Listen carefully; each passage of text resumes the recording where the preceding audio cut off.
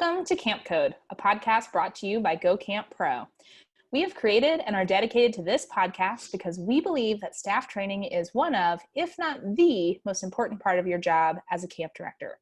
Staff training is what prepares your staff to care for their campers, to feel confident in their skills, to do their jobs to the best of their ability, and to learn along the way. A well thought out and intentional staff training will help you in more ways than you can imagine. And we need to help each other bring our very best. We'll get started this morning with some introductions. So Beth, can you start us off, please? I would be happy to. I'm Beth Allison. I'm co-owner of Camp Hacker and Go Camp Pro. That's what happens when you try to say both of those at the same time. I was a camp director for 15 years, and now I am a camp consultant, and my true focus is intentional leadership training and helping camps to build solid and supportive community. Rock on. And Gabrielle. Well, my name is Gabrielle Rail, and I'm one of the camp directors at Camp Waro. Camp Waro is an all-girls camp in the Laurentian Mountains, and we focus on creating a positive female community for both our campers and our staff. Right on. And I'm Ruby Compton. I'm the Chief Exploration Officer for Ruby Outdoors. That basically just means I'm a freelance camp professional. So I work with camps, especially in the Southeast, doing consulting and training and filling in whenever they need some help. And today's topic is training staff to transition from frontline to leadership staff. So Beth, can you tell us a little bit more about why we chose this topic today? Absolutely. So one of the things that we want to do as directors is, of course, retain amazing staff and to eventually move a lot of them from counseling positions to supervisory roles or program positions. And having people who return year after year and who are excited about making a difference and leaving their mark is one of the most important parts of our jobs. And of course, we want to be sure that they're prepared and supported along the way. Awesome. So we're going to discuss this question today. How do we best set staff up to make that transition from frontline to leadership team? What training can we provide? What steps do they need to take? So Beth, will you start us off today? Of course. We're in the people development business, so helping our staff grow and further their camp experience is something we all want to put effort into. I always started by front loading with my staff how this actually happens. How can you move from a position to a position on program staff or senior staff or resource or leadership, whatever your camp calls it. And these conversations for me happened at the beginning of the summer at in-service, which was the halfway point for our summer, and also at the end of the summer, and again when staff applications went out, and when we called folks to tell them about our hiring decisions. I have done things like a short session during staff training about this very topic. And some of the things that I tried were putting them in small discussion groups and asking staff to come up with ways that they could prepare themselves this summer for roles they may want to hold next year. And we discussed things like seeking out feedback from more experienced staff as the summer went on. We talked about not waiting around to be asked to do things, but rather using initiative to fix a problem or improve how things ran in a program area or volunteering for new projects and so on. The staff talked about the idea of never stopping learning. And so we talked about how we can teach each other to ask questions or spend time in areas we're not already really skilled in or comfortable with. We also talked to staff about letting us know that they were ready for more responsibility. So teaching them to self-advocate. So they weren't always able to know, we weren't always able to know or see what their big passions were, and that they needed to share that with us. One year during our in-service, which was halfway through, we put them into small groups and asked them to develop a plan for hiring our staff for next summer. Like how would they promote camp? What would they do to decide who got those positions? What criteria would they be looking for, and so on. So the debrief was awesome.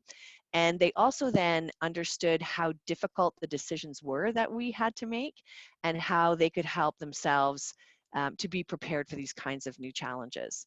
So I would also have individual conversations with people at the end of the summer.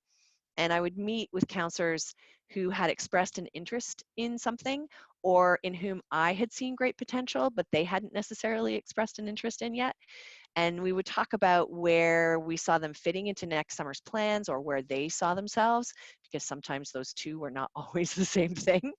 And we would develop a plan, like share with them where we saw them going in their camp career with us, focusing on their strengths and pointing them out to them, because often they don't see what we see in them. So hearing that really gives them some of that confidence. I always felt like they needed to hear how appreciated they are and how needed and wanted they are at camp. And then we would let them know what they would need to do before next summer in order to have a chance at securing this position. So maybe talk about the exact quals that would be required, maybe soft skills that they personally needed to work on, and being really upfront and honest about those in a kind way, but being really upfront and honest. And if they were truly serious about it, I would ask them to draw up plans for what they envisioned in their future, their goals, their desires. And I would meet with them several times throughout the year, whether it was in person at a coffee shop or something, or on the phone, and hear their new ideas, maybe flesh out some of those plans and answer questions that they might have about moving to a more leadership role. So really for me, it's about staying connected with your staff and helping them to figure out the necessary steps to track their own progress and to work for something that they really want. I often found that staff didn't really understand the importance of working their way up to those kinds of responsibilities. For example, I don't know how many times our LITs who had just finished being LITs would apply to be the lit director as their very first job on staff, because they loved the experience so much and they wanted to give back and ensure that other people had that same kind of experience. So I totally got that. But we then had to front load with our LITs at the end of their program what were the reasonable positions that they should apply for and why. Like why they wouldn't be hired to be lit directors their first summer after completing the lit program, and why it was important that they put the work in to become leadership team members. So that whole piece is really for me about sort of front loading with them before they get there, before they have those opportunities. Nice. Awesome. What about you, Gabrielle? What would you add to this conversation? I like to go with the front loading. I remember being told that, and not to me specifically, but to a group of us, that being in a leadership role is not owed to us, it's earned. And that I think that came when there was a changeover year, or they're anticipating a changeover year, and that there was going to be some new people that were going to be on staff that weren't perhaps part of the Worrell family for a long time. I would say for camp directors to role model hiring people that do earn the job, and not because of seniority, that they've been there for a long time, or they just act as if, camp belongs to them. And I think sometimes we get into those traps with our staff members where we feel that if we don't hire this person, then a lot of other people are going to be upset about it, because they're almost very good at campaigning for themselves. And so role modeling the type of people that you're going to be hiring. I think there's other really awesome things that you can do, everything that Beth said within the front loading aspect, but I think there's other things that we can do where we're being explicit when we're giving some leadership opportunities. So with our section heads, we have a program where at the beginning of the summer, we give certain staff members little roles that on that section head's day off that they're responsible for. So they're not responsible for the entire day, but they're responsible, for example, doing rounds in the morning, or they're responsible for giving them out mail, or leading taps, which is sort of the bedtime sing song that we do when the kids are in bed and all the staff are singing. Different leadership, different section heads roles. And we do that within the first 2 weeks. And many people get a chance, not everybody, usually not first year staff members, just because they're still learning camp themselves. And then once we enter into week 3, then certain staff members start taking over half days of those section heads days off. And then within the 5th week, they're taking the full days. And people know about this. We ask individuals who are interested, but we also push those individuals, as Beth say. Some staff members don't know that they're ready for more leadership, and we have conversations with them. So having a concrete program and being clear that this is what we're trying to do to invite them in seeing what it's like. We've also done things where there's the behind the scenes when we have leadership team members that are doing lists for duties or schedules, and that sort of mega mathematical Excel document that happens behind the scenes. And I love inviting staff members in to work with those people, or even selecting days off can be such a mathematical nightmare if you're a camp that doesn't have a strict schedule where, you know, you have to make sure that one head is not off with the other head and that they're not co-cows and it's just this, well, I don't do it, but it is, I can see it, and I can see it's a mathematical nightmare. I've brought some staff members that are potentially going to be leadership team members that year, or next year, or maybe in 2 years from now, to see what it's like to experience sort of the difficulties of it. And it does two things. One, they see how much care and work that happens. And they're also, for the rest of the staff, they talk about how complicated it is. And so it also helps with appreciation with the rest of the staff, but it gives them a taste. And I certainly wouldn't show certain staff members that piece if they have no interest in organizational aspects. But for those wonderful geeks that are in there that we know we want on a leadership team, I find this gets them hooked. So bringing them in on the nitty gritty, the computer, the behind the scenes is absolutely, I find, essential. And then one of the last things that I would do is ask staff members that are interested on being on leadership team and say, you know, I see that you're working towards this. This is what it seems like that you're doing. I'd like you to today, I'd like you to come to me, and with 5 staff members, I'd like you to tell me what they are doing well and how they are doing that.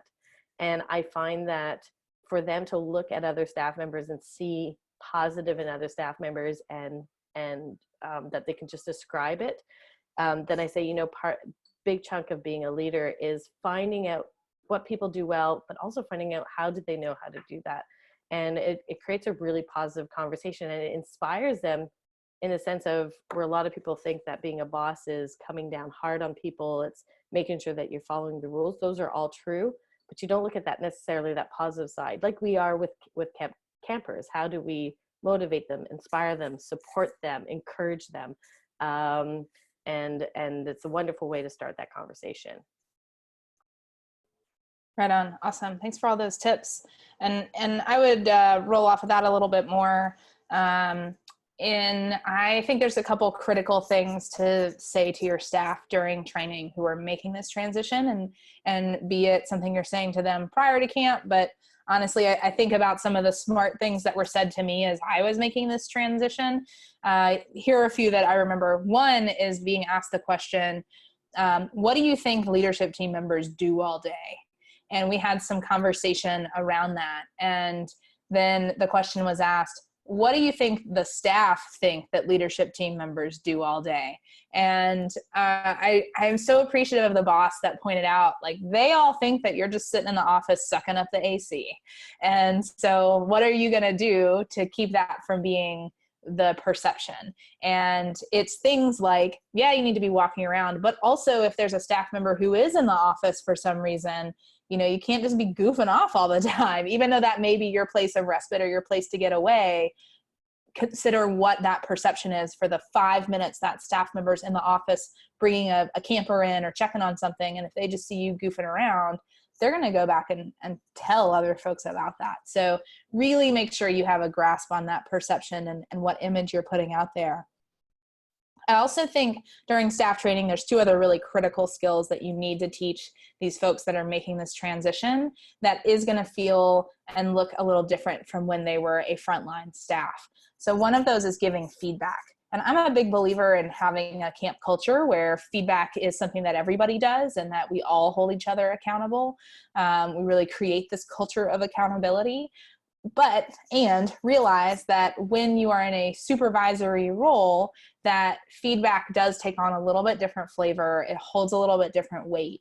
And so even though my peer and my supervisor can say the exact same words to me, that I, as the employee, may take them very differently, even if it's the same words, same tone, same person, but this week you're my peer and next week you're my supervisor, it will be received a little bit differently. So I think it's something we need to teach staff how to give feedback. If you have ever listened to the Radical Candor podcast, that is the tool that I like to give folks who are in a position where they're going to need to be giving feedback.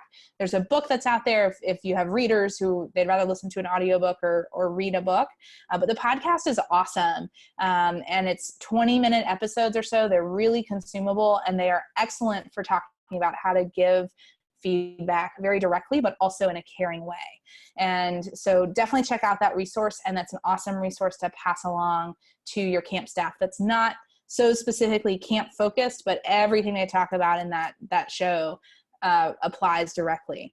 And then I think during staff training, if you've given them that tool ahead of time, or even if you give that to your leadership team folks as they're coming in for leadership team training, then I think you need to assign your leadership team staff the responsibility of giving 3 pieces of feedback every day, right?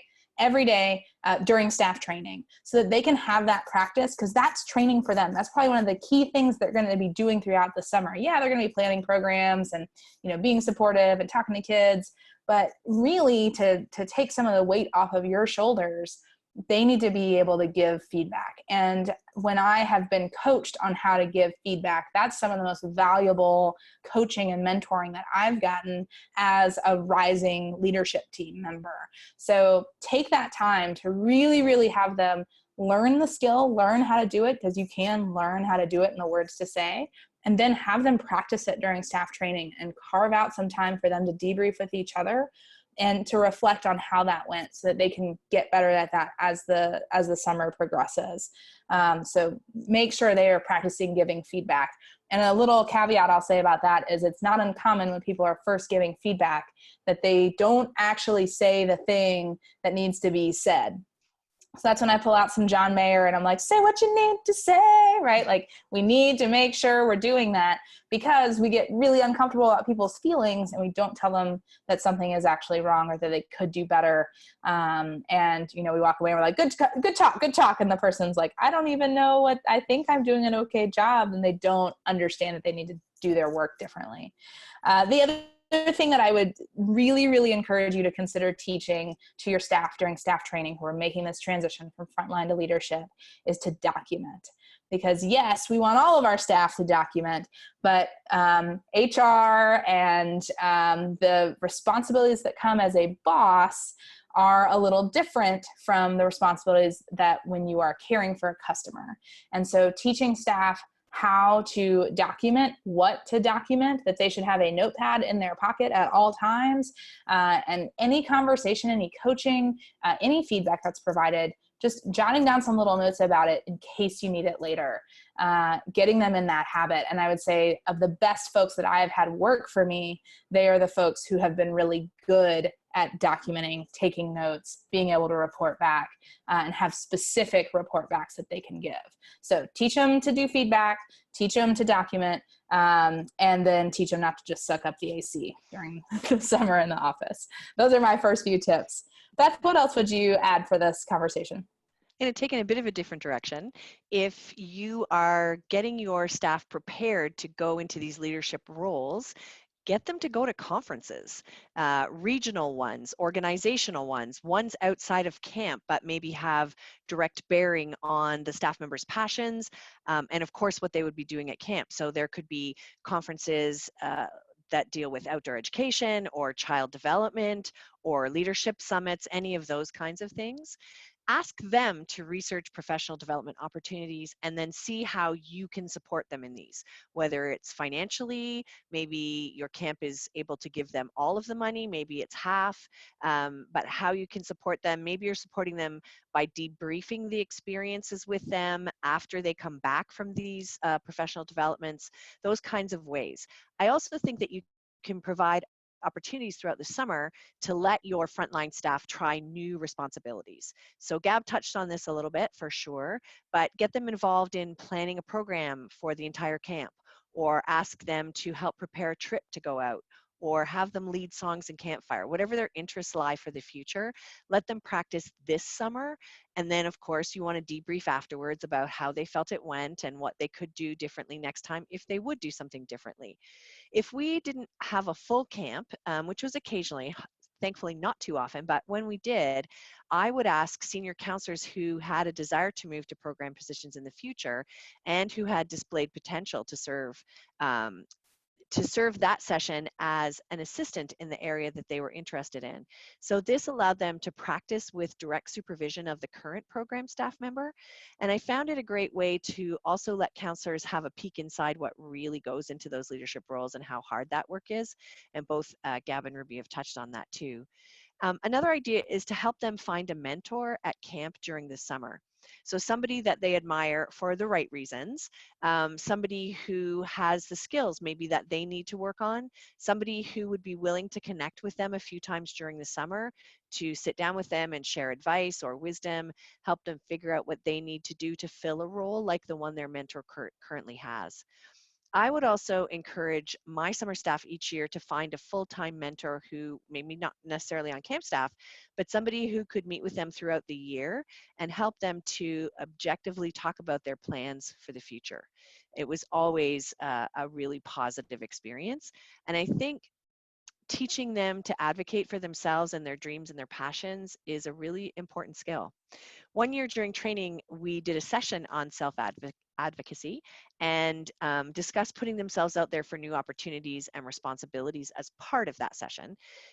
So it's an interesting thing to try. We did have a little bit of negative stuff happen out of that, in that everybody was advocating that they should have more time off and they were working too hard and all those kinds of things. But once we sort of worked that out, it worked a little bit better.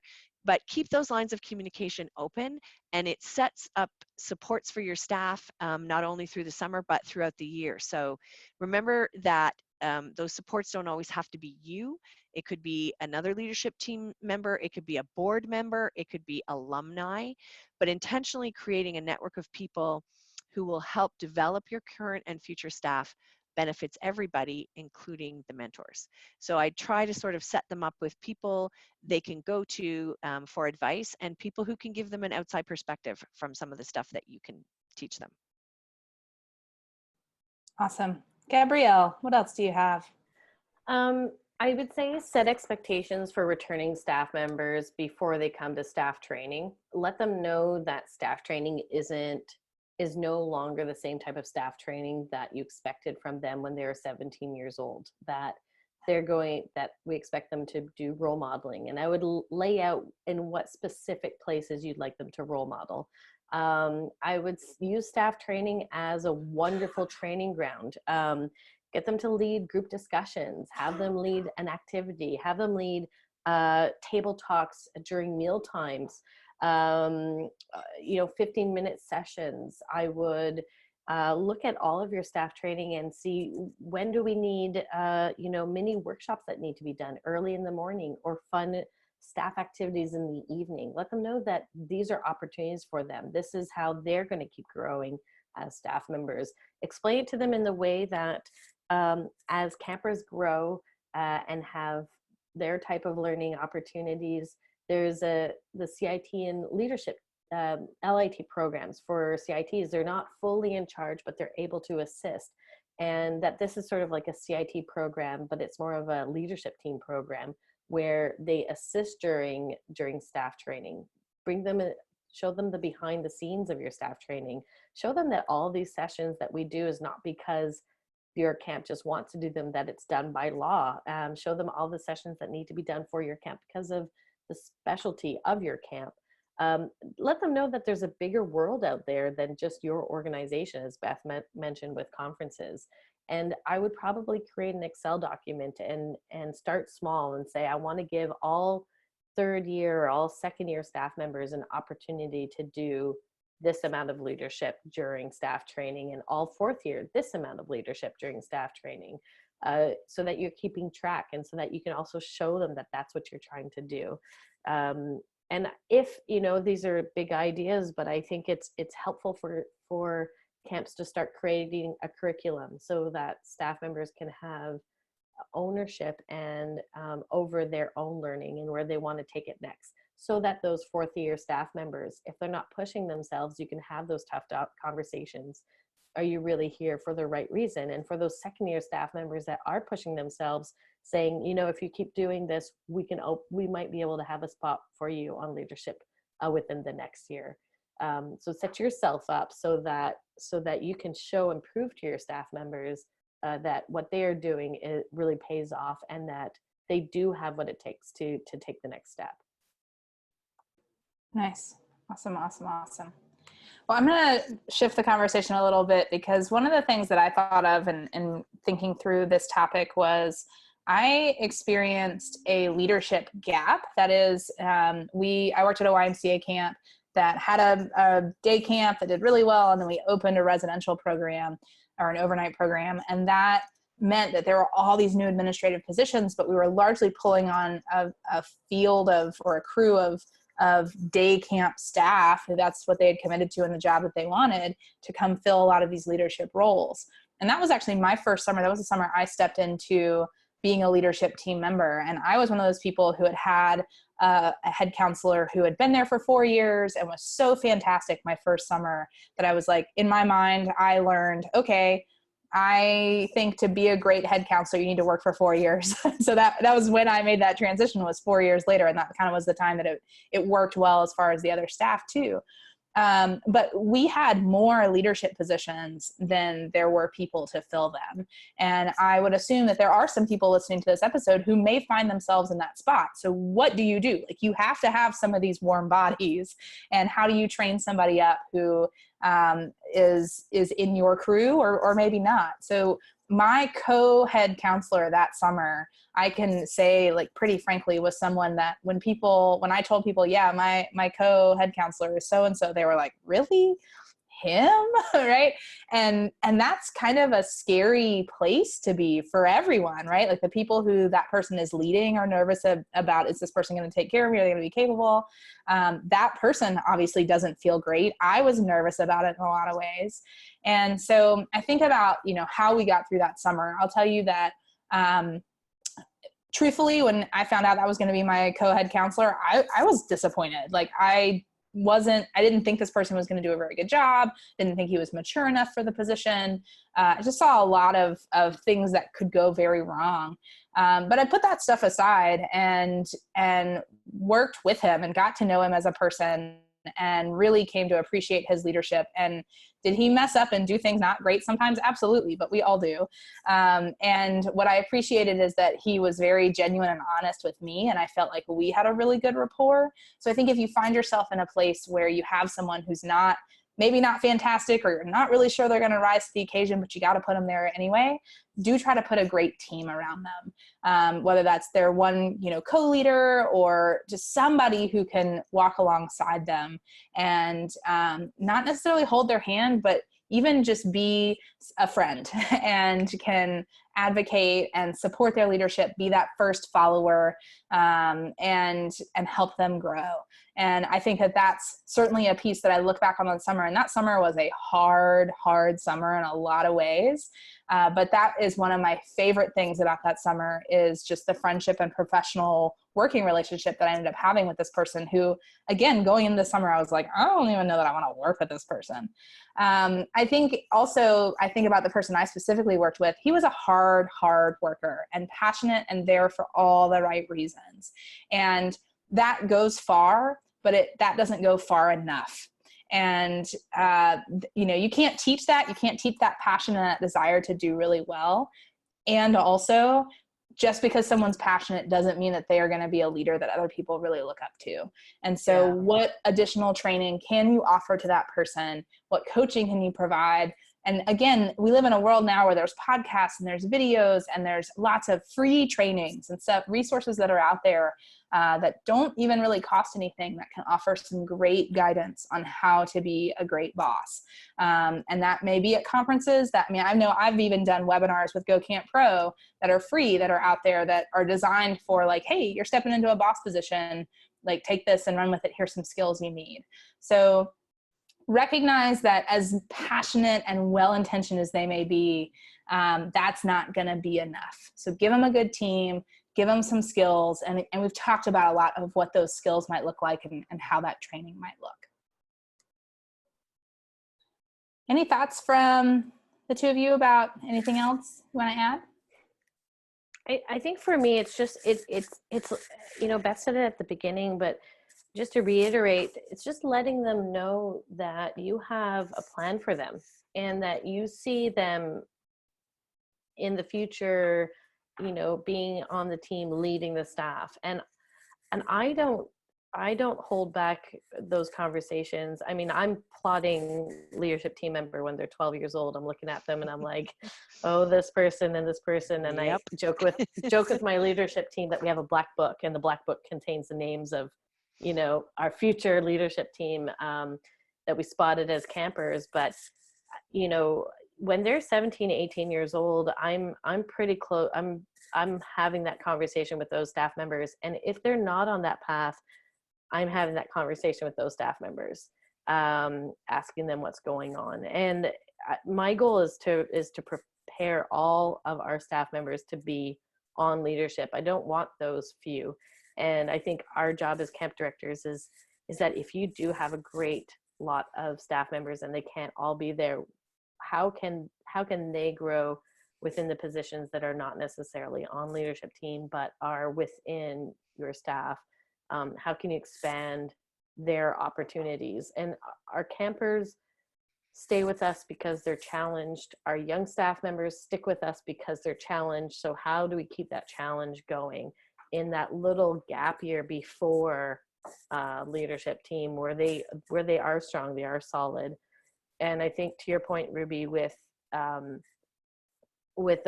you have a much larger gap year and you're trying to bring people in, again, it's talking to those staff members that are there and saying, like, listen, this is where we're at. We have to bring other people in. They're going to struggle, and I need you because I see you in a couple of years, doing this. And just bring those people into your circle so they just know what's going on and they can help support you. I also think that we can't be afraid to let our staff know that they can also get more perspective, more experience, more training somewhere else for a year.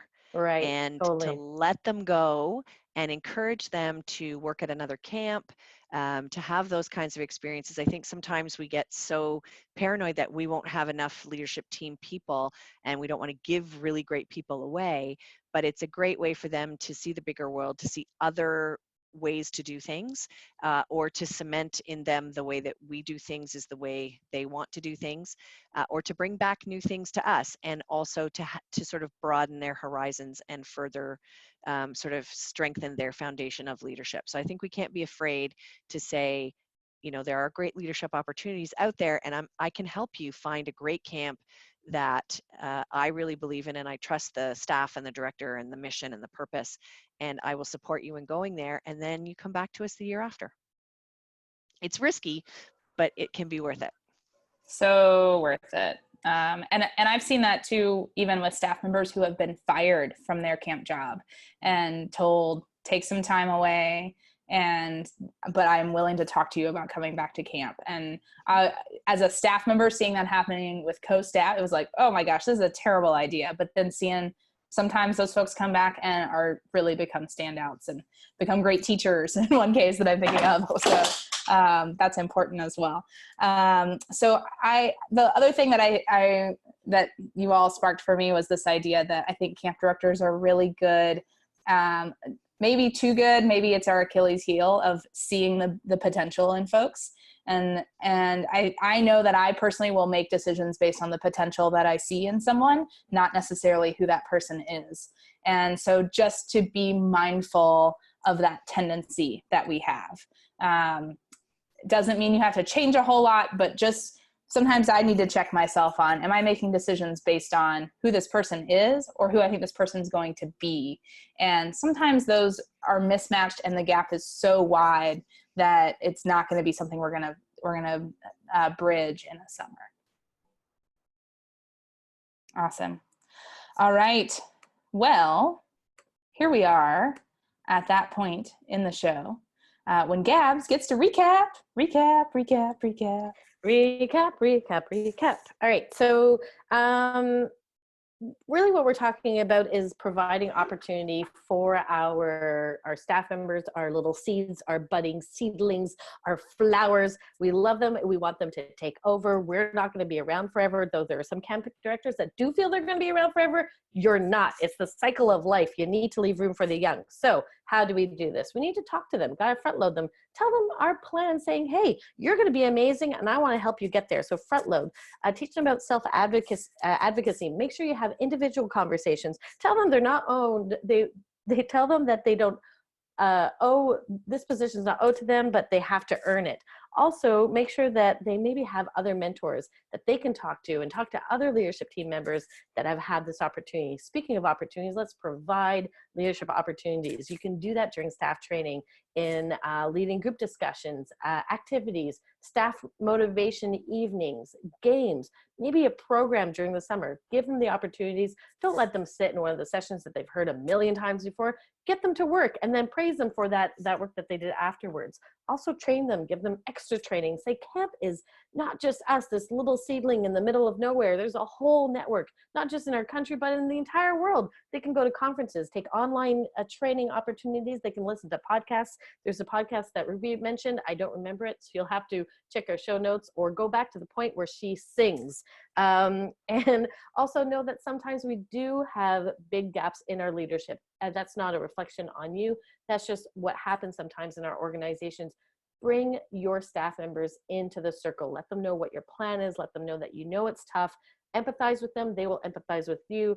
The whole goal is that we're in it together and you have their back and you want to see them do well and grow, and just let them know that that's what you're planning on doing. Nice. Always so impressive. Thanks, Gabs. Anytime.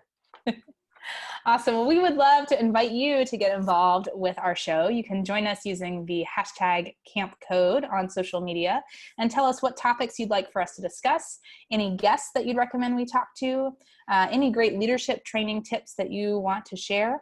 We'd love to hear from you because we're all about sharing in this industry. Also, if you have found this podcast to be useful, please leave us a rating and review in whatever app you listen to this podcast in. If you want to do that in iTunes, you can go to camphacker.tv/cc_iTunes, or you can tweet your love of the show by going to camphacker.tv/campcodelove. Your feedback helps keep the show going and helps it find new listeners. So thanks for doing that. We want to make sure you know how to get in touch with us. So Beth, tell us where folks can find you. Our website is gocamp.pro. You can email me directly at beth@gocamp.pro, and I'm on Instagram at topaz_faye. Nice. And Gabs? You can check out where I work at waro.com, OUAREAU, or you can follow me on Instagram at Gabrielle Rail, and Rail has 2 L's. And you can follow me on Instagram at Ruby Outdoors. You can also send me an email, ruby@rubyoutdoors.com. And I'm on Twitter at RubyLynn85. Our final segment on each podcast is a best practice for leadership training tips. But before we get to that, Beth is going to tell us about what our next podcast is going to be. We're going to be discussing Me Too at camp. It's true, we will. All right, so always at the end of our podcast, we do a best practice, and we'd love to hear some of your memorable moments or most effective tips. You can tell us what they are using that hashtag Camp Code. And this week, Gabrielle has our best practice. And this best practice comes directly from me mother, Jackie Rail. I remember a session. It was a beautiful, beautiful day. And Jackie said it is imperative that you bring your imperméable, which is a raincoat, to the following session. And so we all did. We brought our raincoats, which was weird because it was a beautiful day. And she had us all put on our raincoats. And she started talking about our programs, that our programs on rainy days need to be better than the programs on our sunny days. And then she asked us to all unzip a pocket in our raincoat, and she put a treat, a little nicely wrapped, and I think it was some sort of was Lifesaver, mint flavored lifesavers. And she said, this is for your following rainy day. Now, I do have to emphasize, we don't really have issues with animals at our camp, So we were able to keep these treats in our raincoats. But I do remember a very rainy day. It was actually 2 or 3 rainy days. And I had my raincoat on and I put my hand in my pocket, and then there was the Lifesaver. And I was able to share it with all of my campers. And Lifesavers, as I'm saying, it does not sound like an amazing treat, but I will always remember that mint flavored Lifesaver. And if you can provide your staff members with a treat on those rainy days, or let them know that those rainy days are going to happen, and put something in their pocket with consent, I find that this was something that was so wonderful and memorable. But what I took away from it was that this is going to happen, and we can prepare for it. There, just these little touches of kindness really, really will go a long way. So raincoat treats is my best practice for our podcast today. That's awesome. I've never heard that before. It's so great. I love it. I love it. Such a good idea. Awesome. Well, stay tuned for our next episode. And from all of us here at Camp Code, thanks for the listening, friends.